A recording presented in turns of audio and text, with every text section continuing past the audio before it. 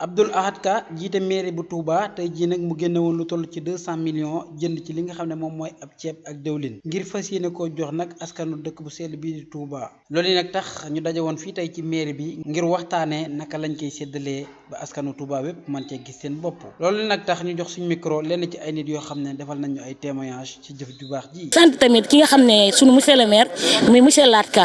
ci geste bu mu def nii don moo bëgg a joxe pour borom kër yi ndax ku ne xam nañ moment yi toll dara doxatul te réew mi dafa toll foo xam ne dafa bëri ñoo xam ne liggéeyuñu ci fonctionnaire ñii dañuy liggéey marché di taaba sama classe yi kon tey bu ñu demee ba nañ teg 3 heures borom kër nag boo ko toogloo tamit il faut nga am loo ko bàyyil mu toog ci këram may kontaan ci li mu def nii ci geste bi may lance population ñëpp ndax ñi man mii sama jëmu bopp man Mame Diarra Badji damaa war tey suñu yàlla moo mayoon ay moyen li maire def dama koy def même ba su ma amul moyen mais fi ma dëkk mi Daaru Marnaan mi sama koñ lépp loo xam am naa ko bokk naa ko ak ñoom mais nag loxo jotut mais ñuy lancé keneen tamit bu amee comme maire def ko ndax lii dafa mel ni yàlla suñu borom dañuy wan suñu bopp yàlla moo ñu wanaal suñu bopp lii ko am li ngay joxe na nga ko génne doxe ngir yàlla man dama koy ñaan. waaw tey sama xol seet na lool jëf ji nga xam ne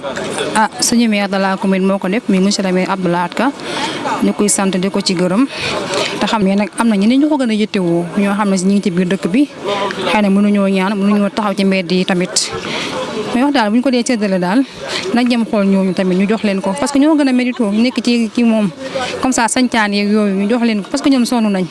ci mënuñoo taxaw di wax mënuñoo taxaw di ñaan mënuñoo di rang fenn yi si maa ngi def waa samay sensibilisation di ko def en même temps tamit am na ay social yoo xam ne man moom defe naa ko sama waa koñ xëy na woowu ma leen tamit moom parce que médiatiser ma ko parce que c'est pas l'appel ma koy médiatiser parce que li may def man moom yàlla ak Serigne Touba moo tax ma di ko def moo tax woo ma média bi mais man woo naa sama waa koñ la nga xam ne man moom sama doole moom la tollool man moom jox naa leen ko te yàlla rek tax ak Serigne Touba moo ñuy sensibiliser di waxtaan ak ñoom jege askan bi taxawu leen tamit parce que ñun ñoo fi nekkal moom le président Macky Sall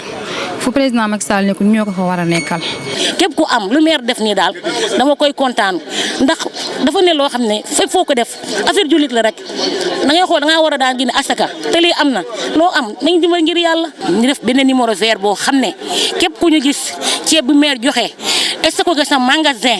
ñu alerté booleel ak force de l'ordre loolu laa d'accord dañoo war a même pied d'égalité amul Mame Diarra Bassène mii sama nit la naa ko jox ñaari saaku diw mii xamuma ko naa ko jox benn saaku comme pour maire da koo indi pour population Touba ñëpp nañ ko séddale ñun ñëpp yem même pied d'égalité képp ku ne li nga ci war am tolloog sa morom man daal loolu laa bëgg njuuj njaat ci ñu teg ko nii li dafa ne loo xam ne doon la pour askan gi pour dimbale askan gi ngir yàlla ngir Rasuulullaah man loolu laa alerté